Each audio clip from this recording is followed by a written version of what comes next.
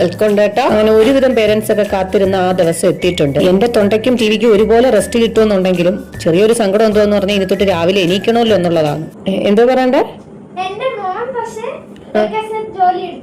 വെക്കേഷന് ജോലിയൊക്കെ എടുത്തു തരുമോ, അതുകൊണ്ട് അമ്മയ്ക്ക് സന്തോഷമായിരുന്നു എന്ന് പറയണോ? അവൻ പറഞ്ഞു പറയിപ്പിക്കുന്നതാണെങ്കിലും അതിൽ ചെറിയ സത്യങ്ങൾ ഇല്ലാതില്ല. ബൈ ഇതൊന്നും അല്ല കേട്ടോ ഞാൻ പറയാൻ വന്നത്. നിങ്ങൾ ഈ കാണുന്ന കാണുമല്ലോ, ഈ ബുക്കൊക്കെ പൊതിയിടുന്നത് എല്ലാവരും തലേന്ന് എല്ലാം ചെയ്ത് വെച്ച് കാണും. ഞാൻ പക്ഷെ ഇവരെ പറഞ്ഞു വിട്ടിട്ടാണ് ബാക്കി ബുക്കുകളെല്ലാം പൊതിയുന്നത്. കാരണം നേരത്തെ ഒന്നും പൊതിഞ്ഞു വെക്കാനുള്ള കുറച്ച് ഫംഗ്ഷൻസിന്റെ കാര്യങ്ങൾ കാരണം ഒന്നും സമയം കിട്ടിയില്ല. പിന്നെ കുറച്ച് മടിയുമായതുകൊണ്ട് കുറേശ്ശെ അവന് വേണ്ടുന്ന ബുക്ക് മാത്രം ഞാനിങ്ങനെ പൊതിഞ്ഞുകൊണ്ടിരിക്കുക. അവരെ അങ്ങോട്ട് പറഞ്ഞു വിട്ടിട്ടാണ് ഇത് പൊതിയാനിരിക്കുന്നത് തന്നെ.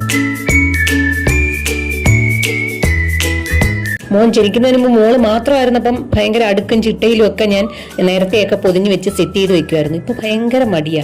ഇപ്പം ഇങ്ങനെ കുറേശ്ശെയൊക്കെ പുതിയലേ ഉള്ളൂ. ഇങ്ങനെയുള്ള അമ്മമാരുണ്ടോ എന്തോ, എല്ലാവരും നേരത്തെയൊക്കെ സെറ്റ് ചെയ്യുമായിരിക്കും. മടി കൊണ്ട് മാത്രമല്ല, ഈ കഴുത്തുവേദന ഉള്ളതുകൊണ്ട് കണ്ടിന്യൂസ് ആയിട്ട് ഒരുമിച്ചിരുന്ന് പൊതിഞ്ഞ് തീർക്കാനും പറ്റത്തില്ല.